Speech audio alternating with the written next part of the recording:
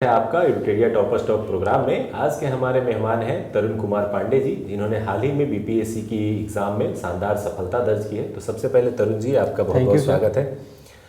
थोड़ा सा तरुण जी अपने बारे में थोड़ा हमें बताइए और अपनी सफलता के बारे में थोड़ा सा बताइए। सर, जैसे कि अभी आपने मेरा नाम बता चुके हैं, तो मेरा नाम तरुण कुमार पांडे होगा और मैं सारण रिविलगंज गाँव है, ब्लॉक है, वहाँ से बिलोंग करता हूँ, छपरा में। उसके बाद मैं 66 बीपीएससी, जो कि मेरा फर्स्ट अटैम्प्ट था, उससे मैं बीपीआरओ के पद पर चयनित हुआ था। 67वीं मेरा सेकंड अटैम्प्ट है, जिसमें मैं रैंक 10 के साथ डीएसपी के पद पर चयनित हूँ। बहुत बहुत बधाई डीएसपी के पद पर और टॉप 10 की सूची में आने के लिए। Thank you sir. हम लोग इस जो टॉप प्रोग्राम है, इसके माध्यम से बेसिकली आपकी तैयारी के बारे में जानने का प्रयास करेंगे। कैसे आपने स्टडी की, कैसा आपका बैकग्राउंड रहा, इससे बहुत सारे छात्रों को एक मोटिवेशन मिलेगा उनको तैयारी के लिए। थोड़ा ये अपने प्रारंभिक शिक्षा के बारे में बताइए कि कहाँ रह करके आपकी पढ़ाई हुई है। मेरी बेसिक एजुकेशन जो ये 10th जैसे मैट्रिकुलेशन है सर, वो छपरा से हुई है, सीबीएसई बोर्ड से। मैंने 2013 में पास किया। 12th मैंने वही रिविलगंज में एक कॉलेज है, डॉक्टर केसी सिंह कॉलेज, केसी कॉलेज है, वहीं से हुई है, जो बिहार बोर्ड में है, बट मेरी लैंग्वेज इंग्लिश थी। Graduation doctor PN Singh college है, जो जेपी यूनिवर्सिटी के अंतर्गत मतलब कि टाइड कॉलेज है, वहाँ से मैंने कंप्लीट किया 2020 में, जो कि अपने रेगुलर सेशन से थोड़ी सी लेट है। इसी तो वजह से जेपी यूनिवर्सिटी, और ये पूरा बिहार में ही आपका स्टडी रहा है? पूरा बिहार, पूरा छपरा से मैंने बाहर निकला ही नहीं हूँ। अच्छा, तो छपरा से बाहर निकलने के लिए आपने की? बस एग्जाम देने निकलते थे। तो क्या ग्रेजुएशन की तैयारी के बाद आपने आगे की भी पढ़ाई की, पीजी और पीएचडी का भी ख्याल रहा? नहीं सर, एक्चुअली क्या था कि ड्यूरिंग ग्रेजुएशन में एक्चुअली हम लोग गांव परिवेश से बिलोंग करते हैं, तो गांव में एक जैसे हम लोग भोजपुरी बोलते हैं, तो कहा ना जाला कि लड़किया की नौकरी जल्दी हो जाए। तो और 10+2 के बाद से मैं एयरफोर्स एनडीए वगैरह दिया था, तो बट उसमें सफलता नहीं प्राप्त होती थी। तो कहीं ना कहीं झुकाव था हायर एजुकेशन की तरफ, और स्कोप भी नहीं था कहीं हायर एजुकेशन की तरफ। देखने में वही है कि अगर हमारे पास स्कोप हो, हम दिल्ली जाएँ, बॉम्बे जाएँ या फिर कहीं जाएँ, तो वैसा कहीं कंडीशन भी नहीं था, घर से ही करना था। तो और छपरा से ग्रेजुएशन करने के बाद ये समझ में आ गया था कि अब यहाँ हायर एजुकेशन के ट्रैप में नहीं फंसना है। तो ग्रेजुएशन के बाद से ही आपने कंपटीशन फील्ड को चुन लिया? हाँ, ड्यूरिंग ग्रेजुएशन से ही मैंने मतलब कि सर 10+2 के बाद एयरफोर्स नेवी वगैरह का मैंने दिया था, बट वहाँ रनिंग में मतलब कुछ कारण से आदमी डिस्क्वालीफाई होते गया। हालांकि जो होता है अच्छे के लिए होता है। तो फिर ग्रेजुएशन मैंने किया। ग्रेजुएशन के बाद मैंने पहला अटैम्प्ट अपना CDS दिया 2020 में, तो उसमें मेरा रिटर्न लगातार क्वालिफाई हुए हैं 4 बार 5 बार। मैंने वहाँ SSB भी दिया, बट वहाँ भी सफलता प्राप्त हुई। इसी क्रम में PCS की तरफ तो ध्यान शुरू में नहीं था, तो बट एक्चुअली कोविड था, तो कोविड में मेरे भैया जो से थे वरुण कुमार पांडे, जो मेरे आइडियल हैं, तो वो फैकल्टी थे आकाश इंस्टीट्यूट में गुवाहाटी। तो कोविड में आ गए थे घर, तो वही बोल रहे थे कि तुम इधर भी दो, इसका भी प्री दे दो। स्टेट PCS कमीशन का रिजल्ट आता था उस टाइम पे, तो उसका भी प्री हम देने चले गए, प्री हो गया। और फिर उसके बाद से तो हुआ कि अब लगते हैं उधर से निराशा को सोचे कि कम से कम मतलब सिविल सर्विसेज में आने का जो रुझान बना, वो आपके पारिवारिक पृष्ठभूमि के कारण बना, भैया के थोड़ा इंस्पायरिंग करने के कारण आप इस फील्ड में आए। जी सर। इस फील्ड में आने के बाद एक होता है, सबसे पहले थोड़ा सा रिसर्च करना चाहता है आदमी, पीटी के बारे में, मेंस के बारे में, इंटरव्यू के बारे में, टॉपर्स के बारे में। आपने भी कुछ जानकारी इकट्ठा करने का प्रयास किया होगा? जी डेफिनेटली। उसके लिए अब हम लोग सब कुछ देखते हैं यूट्यूब वीडियो, इसीलिए मैं आज वीडियो रिकॉर्ड भी कर रहा हूँ क्योंकि मैं जिस माध्यम से आया, कहीं ना कहीं ये भी ऑडियंस को जाएगा। और सर का जो चैनल है, ये चैनल खास करके ग्रामीण इलाकों में ज़्यादा पॉपुलर है। तो हम जिस परिवेश से आए हैं, हम चाहते हैं कि उस परिवेश के लोग आए।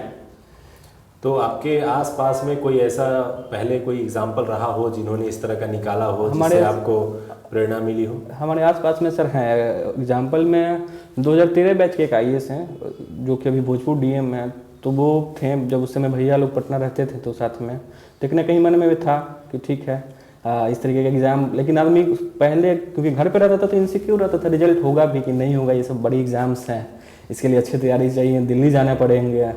इस तरह का ख्याल आपके मन में भी था कि दिल्ली जाकर कहीं तैयारी हो सकती है? बिल्कुल सर, दिल्ली जाकर तैयारी करने होंगे। अब जब आपका रिजल्ट बिहार में रह के टॉप 10 में आ गए हैं और DSP का पद आपने शायद पहली प्राथमिकता रखी थी और वो मिला भी है, तो अब क्या लगता है कि बिहार से पॉसिबल है आराम से? अब तो लगता है कि अब 1 साल मिल जाए तो इसके बाद UPSC के लिए कि बस 1 साल कोई डिस्टर्बेंस ना हो, डेली का 8 घंटा मिले।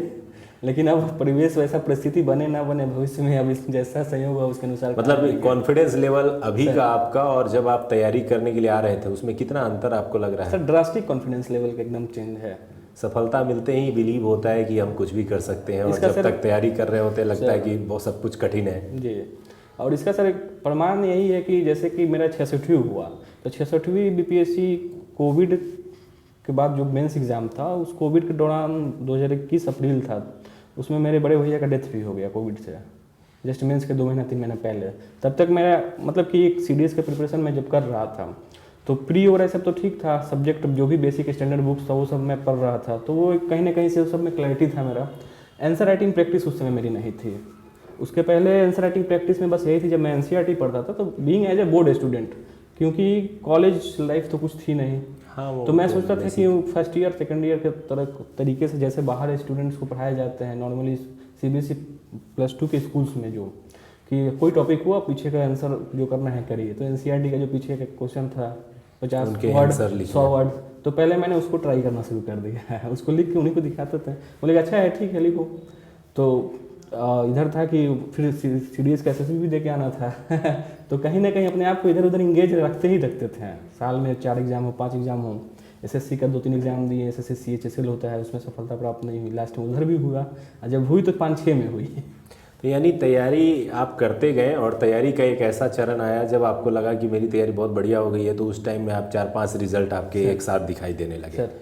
और जब शुरुआती दौर था तो मन में बहुत सारी शंकाएं थी, हो नहीं रहा है, कैसे होगा। हाँ बिल्कुल होती थी ये जो बीपीएससी या सिविल सर्विसेज का क्षेत्र है, उसमें एक बहुत बड़ा चीज़ होता है कि जहां आपको नॉलेज की ज़रूरत होती है वहां आपको प्रैक्टिस की ज़रूरत होती है जी। तो इसके लिए आप क्या करते थे? जैसे सबसे स्टार्टिंग में आप थोड़ा सा बताइए, जो छात्र ग्रामीण परिवेश से हैं, चूँकि आप ग्रामीण परिवेश से और बहुत सारे छात्र ग्रामीण परिवेश से आपको देखेंगे, तो उनको क्या मैसेज देना चाहेंगे अगर वो सोच रहे हैं कि हम भी इस सेवा में जाना चाहते हैं, हम भी तैयारी करना चाहते हैं, तो सबसे बेसिक, सबसे इनिशियल राउंड में उन्हें क्या करना चाहिए? सबसे इनिशियल राउंड में उन्हें यही करना चाहिए कि पहले ये डिसाइड कर लेना चाहिए हमको करना किधर है, क्या करना है। जैसे कि और कभी जैसे कि अब स्टेट पीसीएस जो हो गया या फिर यूपीएससी हो गया, स्टेट पीसीएस तो पहले साल में 2 बार हो जाते थे, बैकलॉग था तो उसको बैकलॉग को मेंटेन करने में, अब तो ईयरली एक एग्ज़ाम हो गए हैं। तो एक चीज़ मतलब अब जो मुझे रियलाइज़ हो रहा है कि साल में एक एग्ज़ाम है ना, तो एक तरीके से मोनोटोनस हो जाता है। एक बार अगर प्री फेल कर गए तो फिर 1 साल प्री मेंस, तो अपने आप को इंगेज रखें। आप वैसे भी 1-2 फॉर्म डाल दें जिसमें आपको कोई रुचि नहीं है जाने के लिए अदर स्टेट पीसीएस का, कम से कम उस बहाने से क्या होगा कि हमारी जो पढ़ाई की जो कंटिन्यूटी है वो मेंटेन रहेगी। मतलब पढ़ाई कंटिन्यूटी मेंटेन। हाँ, वो एक्चुअली सर पे बर्डन रहता है ना सर कि 2 महीने बाद ये पेपर है। जैसे कि मेरा क्या था कि सीडीएस का भी हम रिटर्न देते थे, तो कहीं ना कहीं जो बेसिक बुक हो गया, ज्योग्राफी एनसीईआरटी हो गया, फिर लक्ष्मीकांत हो गया, स्पेक्ट्रम हो गया, सीडीएस साल में 2 बार आती हैं। तो एक का रिजल्ट आया। एक और प्रश्न रहता है, बहुत बार पूछते हैं, किताबें थोड़ा सा सजेस्ट कीजिए कौन से पढ़ें। बहुत सारे टॉपर से हम लोगों ने टॉक की, सभी लोगों ने लक्ष्मीकांत, स्पेक्ट्रम के नाम लिए। इसके अलावा भी कोई किताबें थी जो आप पढ़ते थे? इसके अलावा मैं, वो डिपेंड करता है आप किस एग्जाम में अपियर हो रहे हैं। जैसे बीपीएससी की बात, बीपीएससी के लिए, तो बीपीएससी में पॉलिटी के लिए नो डाउट 1 in 1 ब्रह्मास्त्र जिसको तौर पे हम लोग जानते हैं, लक्ष्मीकांत हो गया, लेकिन उससे बिहार का पॉलिटी हो गया या फिर जो भी केस स्टडीज हो गया, उसके लिए हमें कहीं ना कहीं एड ऑन करना पड़ेगा।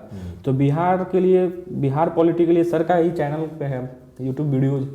और मुझे याद है कि जब ड्यूरिंग मतलब कि ये जो 2020 का रीजन था, जो इंटायर कोविड था लॉकडाउन में, तो जैसे एग्ज़ाम के पहले सर समराइज करके रिवीजन करने के लिए जो सर का वीडियो था, स्पेशली हिस्ट्री पोर्शन एंशिएंट हो मेडिवल हो, तो उसको हम लोग चला देते थे, और चला के हम थे और भैया भी थे, तो भैया भी मेरे प्री दिए थे इसी के लिए था कि मैं भी दूँ। तो उनका प्री 1 नंबर से नहीं हुआ था, 66, उनका कोई मोटिव था नहीं, बेसिकली बोल रहे थे कि घर पे हैं तो हम भी देते हैं, तुम भी दो। और क्योंकि उन तो ऑर्गेनिक केमिस्ट्री के फैकल्टी थे, तो फिर भी उन खाली मेरे साथ बोलते थे कि हम भी सुन रहे हैं बैठ के। तो सर का वीडियो चला के हम लोग सुनते थे, हिस्ट्री ऐसे ही रिवीजन हो जाता था, जो अच्छा मतलब कि हम लोग का स्कोरिंग हो जाता था अच्छे से। तो हिस्ट्री में तो हम नहीं कहेंगे कि मतलब कि कहीं आप लोग और करिए, लेकिन एग्ज़ाम के पहले जो 1 महीना हो, 15 दिन समय हो, मुश्किल से एनसीईआरटी में 20-25 वीडियो होगा, उसको देखिए। मतलब एक दिन में 5-6 वीडियो, आधा घंटा का सबका वीडियो रहता था, 28 मिनट 29 से 28 मिनट करके 29 मिनट करके था। तो उस रिवीजन से क्या होता है कि जो छोटा छोटा क्वेश्चन होता है ना, जो कि हम लोग कैसे करें सर कि नॉलेज रहता है बट सडन रिकॉल नहीं होता है, पढ़े हुए चीज़ों को भूल जाना। हाँ, अब मिस करना। सडन ऑब्जेक्टिव क्वेश्चन है, अब प्री, क्योंकि अब गेम हो गया है कि प्री का, तो प्री निकालने के लिए कहीं ना कहीं आपके अंदर वो चीज़ कॉन्फिडेंस रहना चाहिए, तो वो कम समय में ज़्यादा रिवीजन सी जाती है। और कोई बुक वगैरह जो आप बुक पढ़े? में सर वही है, जैसे कि मॉडर्न हिस्ट्री के लिए मॉडर्न हिस्ट्री के लिए स्पेक्ट्रम हो गया, पॉलिटी के लिए लक्ष्मीकांत का बुक हो गया। उसके बाद से उसको हम नहीं समझ में आ रहा है तो उस पर हम नेट से, बेसिकली मेरा बहुत बुक नहीं था मेरे पास। एनसीईआरटी कम किताबें पढ़ना है। एनसीईआरटी पढ़ी आपने? एनसीईआरटी मैंने ज़्यादा कुछ नहीं पढ़ी, मैंने बस ज्योग्राफी की है बस। एनसीईआरटी में ज्योग्राफी मैंने 6 से 12 तक किया है, क्योंकि ज्योग्राफी कॉन्सेप्चुअल है और ज्योग्राफी में 6, 7, 8 एक फेज वाइज उसमें जो है कॉन्सेप्ट बढ़ते जाते हैं, इसीलिए एनसीईआरटी मैंने ज्योग्राफी की है। तो बाकी मैंने किसी सब्जेक्ट की नहीं जो की। पीटी का एग्ज़ाम होता है, उस पीटी के एग्ज़ाम में ऑब्जेक्टिव बेस्ड नॉलेज टेस्ट किए जाते हैं, तो उसमें अच्छा परफॉर्म करने के लिए, अब चूँकि लगातार आप कह रहे हैं 66वीं में आपका रिजल्ट रहा, 67वीं में आपका रिजल्ट रहा, तो इस दौरान आपने अपने पीटी को मजबूत करने के लिए क्या किया था? मतलब कैसे आपको लगा कि बहुत बढ़िया हो गया आप? पीटी के दौरान मैं मजबूत करने के लिए बहुत लोग टेस्ट सीरीज के पीछे भागते हैं, तो मैंने अपने 66वीं का भी मैं बता रहा हूँ, मैं टेस्ट सीरीज उस समय देता था, तो किसी में 75, किसी में 80, तो उससे क्या होता था, नेगेटिविटी भी होता था कि मैं इसी के लिए एग्जाम देने बेतिया मेरा सेंटर था जो घर से बहुत दूर था। मैं सोच रहा था 70 नंबर तो आ रहे हैं टेस्ट में कि यहाँ ही जाना है देने, छोड़ देते हैं, क्योंकि अब इसमें ऑब्जेक्टिव था multiple choice question, E option, इसमें ट्रिकी फंस जाता था। तो फिर 2 महीना पहले फिर मैंने टेस्ट सीरीज और लगाना बंद कर दिया। मैंने बोला कि सबको मैं फिर से वो रिवीजन करूँगा। तो इसका मतलब आप बिना रिवीजन के टेस्ट दे रहे थे, इसके कारण भी नंबर कम आ रहे होंगे? हाँ, जो क्वेश्चन आ रहे हैं, जिस टॉपिक को मैंने पढ़ा है उसमें गलती हो जा रहे थे, तो कहीं ना कहीं लैक ऑफ रिवीजन था। तो उसके बाद से मैं समझ गया कि जब भी कुछ देना हो टेस्ट सीरीज ज़्यादा लगाने से अच्छा कि हम उस टॉपिक को पहले रिवाइज कर लें, रिवीजन कंटिन्यू करते रहें। आज भी कहीं भी बैठे हुए हैं, अगर हमको लगता है कि 2 घंटे का समय नहीं मिल रहा है, 2 घंटा समय हमारे पास खाली है, कोई बुक उठा लिए, थोड़ा सा रिवीजन कर लिए, और इस तरह से आपने पीटी को अपने तैयार किया। वो रिवीजन से क्या होता है कि क्लैरिटी आ जाता है, मतलब कि ऑप्शंस जो गलत आते हुए जो क्वेश्चन गलत होते हैं ना सर, अगर उसको हम बचा लेना तो रिजल्ट तो पीटी आराम से निकाला जा सकता है। अभी हम लोग ब्लेंडर करके आते हैं वो तो गलतियां होती हैं, और उसको जो बेसिक 66वीं में ऐसे किया था तो मेरे 12 क्वेश्चन ऐसे थे जो आते हुए मैंने गलत करके आया था। होपफुली मेरा उसमें पीटी हो गया था। 67वीं में भी मेरा था, उसको मैंने कैसे भी करके कम करके 6 पे लाया था। मतलब पढ़े हुए क्वेश्चन कम गलत हुए थे। पढ़े हुए आते हुए क्वेश्चन, जैसे कि अच्छा ये तो सिली मिस्टेक्स जिसको हम लोग बोलते हैं, इनकरेक्ट का करेक्ट पढ़ के, करेक्ट का इनकरेक्ट पढ़ के, इस तरीके के।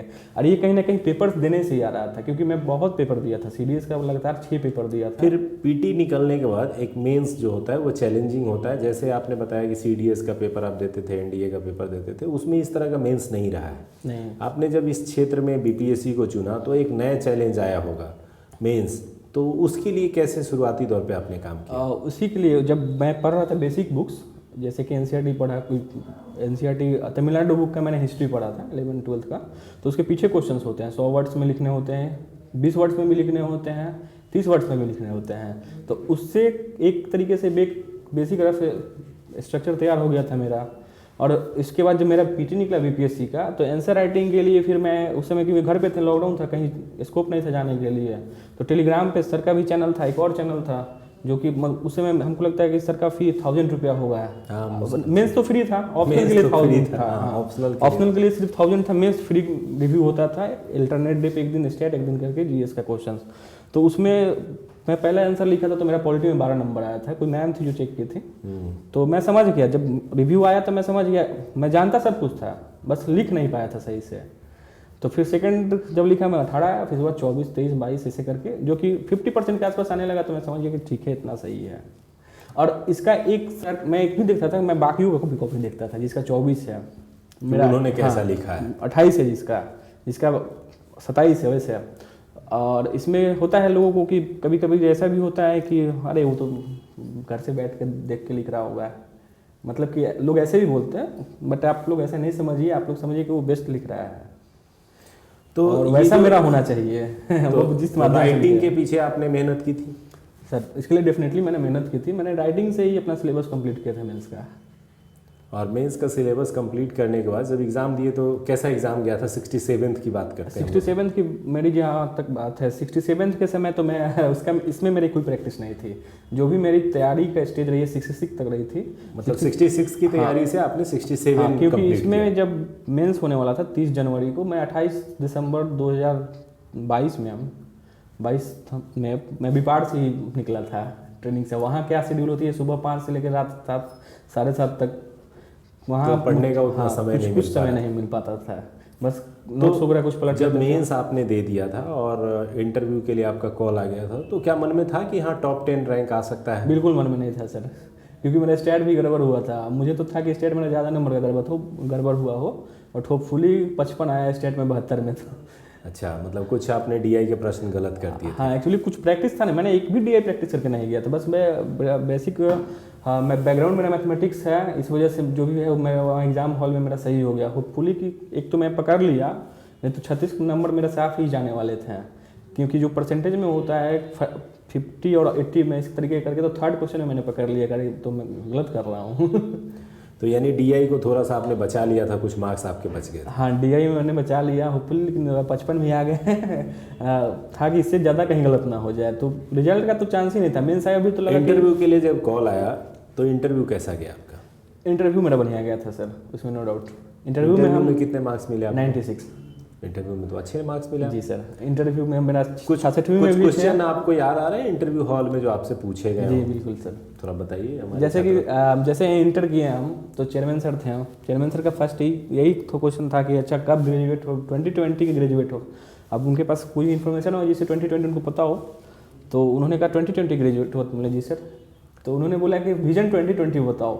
अब मैं टोटली ब्लैंक हो गया, मुझे एकदम कुछ नहीं पता था विजन 2020 क्या है। तो फिर मैं सोचा कि मतलब लिटरली मेरे माइंड में आ रहा है बैक डोर से कि कुछ इवेंट डिक्लेरेशन ऐसा कुछ करके बोल दूँ। फिर मैंने बोला फर्स्ट क्वेश्चन है, first impression is the last impression. मैंने बोला सॉरी सर। तो फिर उसके बाद थोड़ा सा उनके चेहरे पर सिकन आई, बट एक और बोर्ड मेंबर्स थे, उन्होंने बोला तो जब का विजन होगा तब तो 1998 बॉर्न है, उस समय पैदा भी नहीं लिया होगा। अब विजन 2047 जानेगा, विजन 2035 जानेगा, इस तरीके का जानेगा कि। तो फिर तो माहौल थोड़ा सा। क्वेश्चन उसके बाद से फिर सर क्वेश्चन था, जो सर थे फर्स्ट मेंबर, उनके बाद उन्होंने चेयरमैन सर ने कोई क्वेश्चन नहीं किया। उन्होंने फिर ऑप्शन दे दिया मेंबर सर लोग को क्वेश्चन करने के लिए। तो उन्होंने किया था कि क्यों लिए पुलिस, फर्स्ट प्रायोरिटी पुलिस क्यों, तो उसका मैंने जवाब दिया। सेकंड क्वेश्चन उनका था कि वाई सोशोलॉजी। मेरा एक ही लाइन सोशियोलॉजी ऑप्शन था आपका। Why sociology optional. मेरा सर एक ही था कि सर गांव से रह के तैयारी करना था। मैंने यूट्यूब पे पूरा देख लिया, किसी ऑप्शनल में मुझे मतलब कि 100% सिलेबस के इतना परसेंटेज ऑफ द वीडियोज नहीं मिले होंगे फ्री में। तो वहाँ पे मैंने वहाँ नाम भी लिया था एक चैनल का, स्लीपी क्लासेस का। और चैनल का नाम मैं इंटरव्यू बोर्ड में नहीं लिया, कि शायद मैंने ले लिया था, उसमें मैं बेझिझक था एकदम। जब है यूट्यूब पे तो उसमें छुपाना क्या है। मैंने बोल दिया सर एक यूट्यूब चैनल है स्लीपी क्लासेस, जिनके ऊपर पेपर 1 पेपर 2 दोनों का पूरा इंटायर सोशोलॉजी का सिलेबस उन्होंने वीडियो एक समराइज करके डाले हुए हैं। हाँ, तो उनको देख के लगा कि हमारा 60-65% काम बन जाएगा। बाकी मैंने बुक्स से कर लिया, और कोई भी ऑप्शनल में सर कोई भी प्रिपरेशन 100% नहीं होती है। इस लाइन को मैंने लास्ट में अटैच किया था, तो मुझे लगा कि मेरा काम बन जाएगा, सोशोलॉजी ऑप्शनल ऑप्ट करके मुझे बढ़ना चाहिए आगे। तो ये क्वेश्चंस आपके वहाँ पे कुछ थे ऑप्शनल से लेकर के। सर फिर जब इंटरव्यू खत्म हो गया तो क्या आप सोच रहे थे कि हाँ रिजल्ट आ जाएगा, बढ़िया रिजल्ट आएगा, टॉप 10 में आ जाएंगे? नहीं सर, टॉप 10 में आने का तो कोई एक्सपेक्टेशन नहीं था। और जब रिजल्ट देखा, टॉप 10 में अपने आप को देखा, तो कैसी फीलिंग थी? मतलब ये फीलिंग थी कि कहीं ना कहीं कि अच्छा इंटरव्यू, हमको था कि इंटरव्यू बचाया होगा मुझे। और डीआई क्योंकि जैसे कॉपी भी है, मेरा एक ही था कि जब इस बार बीपीएससी ने कॉपी भी रिलीज कर दिया था मेंस का, मैंने इंटरव्यू देना था, मैंने कॉपी नहीं देखा था। क्योंकि अगर मैं कॉपी देख लेता 72, मुझे था कि ठीक है डीआई गलती हुआ होगा, नहीं हुआ होगा, मैं पॉसिबिलिटी मान के चलता था।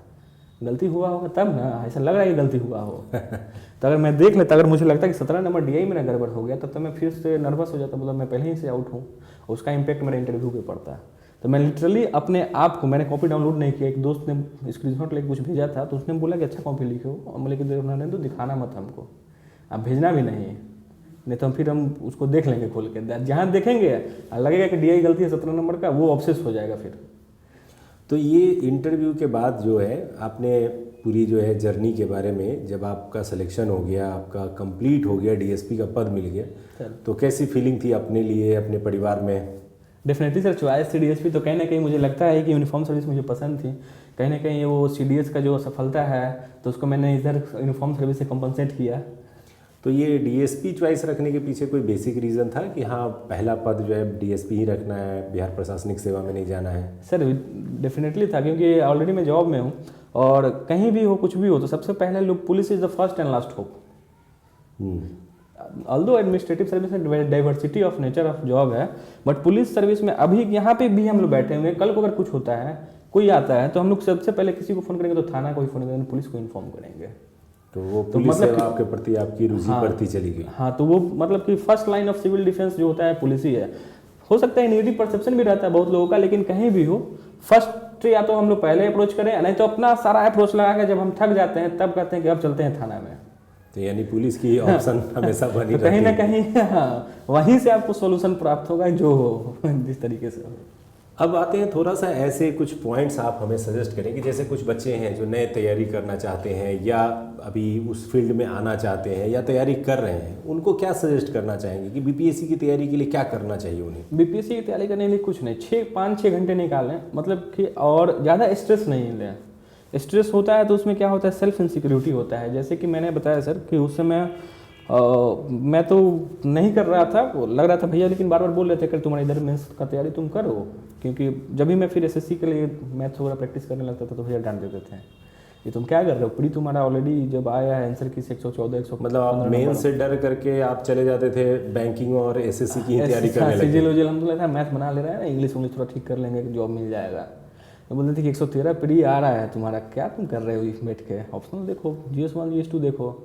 तो उसमें फिर देखने लगे थे, देख देख के फिर एक टेस्ट लिखे। तो फिर जब सर का आया था मेंस का टेस्ट 66वीं का, उस समय हम शुरू में नहीं लिए थे, जनवरी में शायद सब ने रिलीज किया था प्री के बाद, फरवरी में। मैंने सोचा उस समय क्या लूँगा, जब तक कंटेंट ही नहीं है मेरे पास। मैं फिर अप्रैल में ज्वाइन किया, मई में ज्वाइन किया था। मई टेस्ट देने के बाद आपको क्या लगा कि हाँ सुधार हो रहा है, अच्छा लग रहा है, कॉन्फिडेंस आया? रिव्यू डेफिनेटली सर बोले थे, रिव्यू कुछ भी हो, बहुत लोग ये भी बायस्ड रहते हैं कि अरे उसमें तो वैसे लोग रिव्यू करते हैं जो सफल नहीं है। कोई भी रिव्यू हो, रिव्यू हम लेके किसी को दे दें, अपने घर में किसी को देने के चेक कर लो, इसमें सही का टिक मार देना, 38 में 15 नंबर से ज़्यादा मत देना, बट लेकिन हमको नहीं पता होना चाहिए बात। तो उससे क्या होता है ना कि उनका लिखा हुआ कुछ भी हो ना, तो वो एक तरीके से अपना लगता है कि अरे यहाँ ये मिसिंग है, सुधार की जरूरत। खुद का आंसर भी अगर हम लिखते हैं 2 बार पढ़ते हैं तो उसमें कुछ लगेगा कि पॉइंट छूट गया है।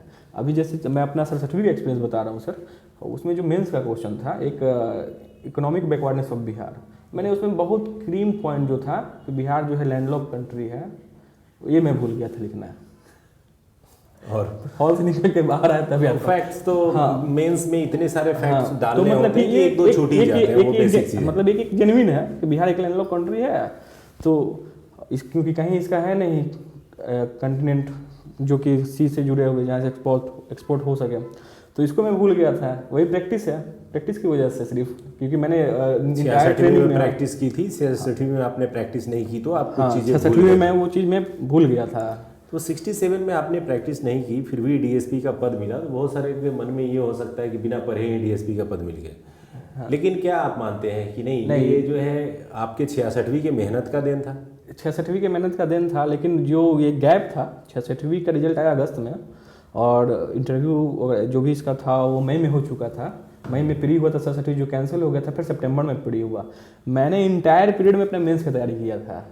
तो यानी पहले आपने की थी, यानी बिना तैयारी के सफलता नहीं मिली? वो डेफिनेटली नहीं होने वाली है।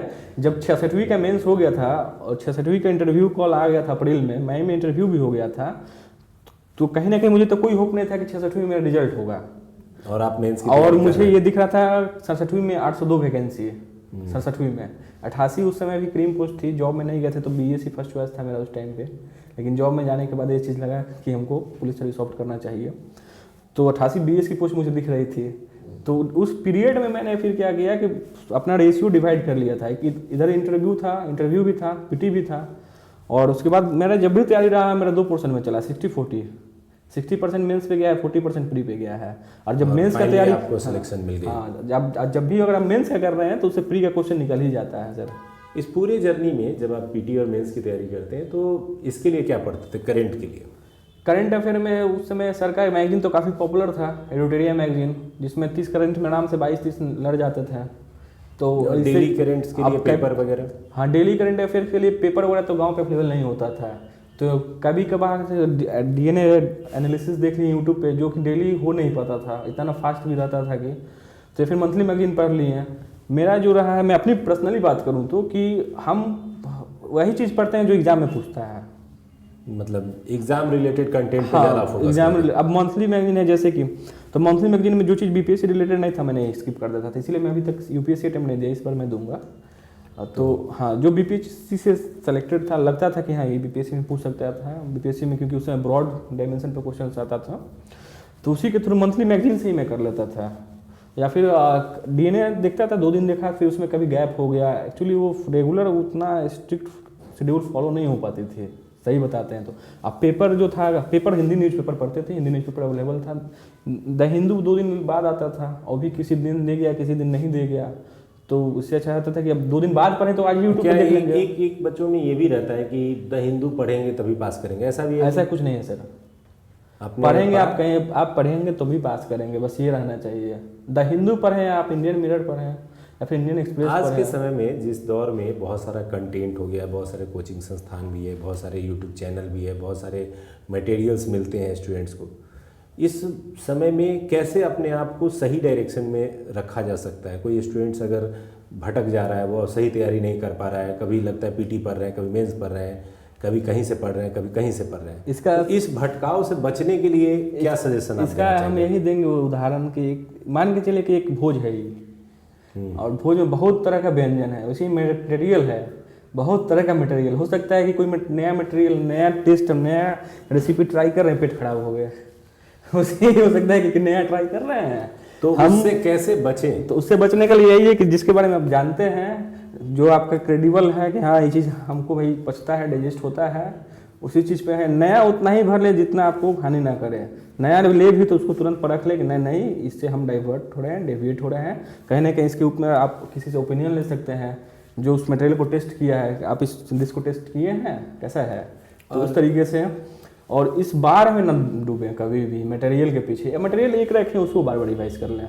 मतलब एक कंटेंट को बार बार पढ़ने की जरूरत है। हाँ 100% कभी अचीव नहीं होता है। चलिए लास्ट क्वेश्चन हम आज का हमारा सेशन का है कि बहुत सारे आपके वीडियो को गांव देहात के बच्चे देखेंगे, जो कि हमारे बिहार के दूर दराज के क्षेत्रों से या अदर स्टेट की भी दूर दराज के क्षेत्रों के बच्चे आपके इस वीडियो को देखेंगे। वो ग्रेजुएशन कर रहे हैं या 12th कर रहे हैं, उनकी भी इच्छा है कि हम कल्चर होकर के अधिकारी बने, अपने माता पिता का, समाज का नाम रोशन करें, और वो बनना चाहते हैं, करना चाहते हैं। क्या मैसेज देना चाहेंगे आप उनको? उनको हम यही मैसेज देना चाहेंगे कि अगर आपके अंदर कैसे भी कोई फीलिंग है कि हम दिल्ली जाने हमसे नहीं होगा, तो ये फीलिंग को बाहर निकाल दें। हम घर बैठे अब दिल्ली वाले को बीट करेंगे, ऐसा कॉन्फिडेंस आना चाहिए। और क्योंकि हाँ क्योंकि हम प्रैक्टिकली देख रहे हैं, बहुत लोग हैं भी जो 4 साल से 5 साल से, पहले तो यही था बायसनेस की बीपीएससी जो है पंचवर्षीय योजना है, लेकिन उस पंचवर्षीय योजना जैसा अब नहीं है। अब इसको मान के चलिए कि बस टर्म प्लान है 1 ईयर का, और उसके लिए आपके पास नेट है जो कि बेस्ट सोर्स है। ऑल्दो नेट जो है वो डेविएशन का भी कारण बन सकता है, वहाँ आप अपने आप को थोड़ा सा बैलेंस कर ले, ज़्यादा डेविएट ना हो, 10-15%, 20% हो रहे तो कोई दिक्कत ना है, पॉजिटिव डेविएशन की तरफ ज़्यादा जाएँ। सडनली एक कटअप भी कर लेंगे, जैसे कि लगे सब कुछ डीएक्टिवेट कर दें, सारा सोशल मीडिया डीएक्टिवेट कर दिए, पढ़ने बैठिए, कंसंट्रेशन नहीं बनेगा, होगा कि माइंड बार उधर जाएगा, एक बार खोल के देख लेते हैं। तो मैंने इसको बैलेंस करके रखा था।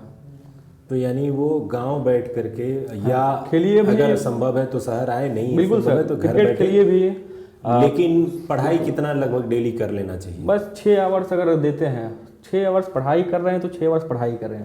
उस टाइम पे ये नहीं कि अरे इनके यहाँ कल शादी में जाना है, शाम को क्रिकेट का प्लान है, तो कल कॉफ़ी पीने जाना है। मतलब एक हाँ, स्ट्रिक्ट थोड़ा सा रूल फॉलो करने की जरूरत है। 6 घंटा निकालें, 6 घंटे मिनिमम आपको और हर दिन पढ़ने की जरूरत है जी। और एक चीज़ था कि हम अपना जो भी रूटीन बनाते थे ना, इतना रूटीन मेरा इतना ज़्यादा मतलब कि बर्डन टाइप से हो जाता था। अब एक ही बार जब रिवीजन का रूटीन बनाते थे तो 5 चैप्टर लिख देंगे लक्ष्मीकांत का आज का, 4 चैप्टर स्पेक्ट्रम का लिख देंगे, वो कभी भी मेरा 60% से ज़्यादा अचीव नहीं हुआ है। तो इतना ना उसको हम टाइट ही बनाते थे कि उसका 50% भी हमें अचीव कर लिए तो मेरा काम बन जाए। यानी अपने आप को इतना ज़्यादा काम देते थे कि अगर 50% भी काम कर लिए तो वो मेरे तैयारी और वो एक बैकलॉग बन जाता था। तो कहीं ना कल आपके ऊपर बर्डन रहेगा कि अरे कल का भी नहीं कंप्लीट किया, बर्डन है, तो वो आप माइंड से फ्री नहीं रहिएगा। चलिए आशा करते हैं कि आपकी जो ये मुस्कान भरी ज़िंदगी है वो आगे भी बनी रहे, और आपसे जो विचार हुए वो सहमत होंगे छात्र, और उनसे भी बहुत कुछ वो अपनी तैयारी में जोड़ पाएंगे और कुछ नई चीज़ों को ऐड ऑन करके अपनी तैयारी को बेहतर बनाएंगे, और भविष्य में जो छात्र आपसे मोटिवेटेड हैं वो भी सफल अधिकारी बनेंगे। बिल्कुल सर, यही सपना हम लोग देखते हैं और यही आशा करते हैं। तो धन्यवाद आज के इस प्रोग्राम में आने के लिए और अपना समय देने के लिए। Thank you sir.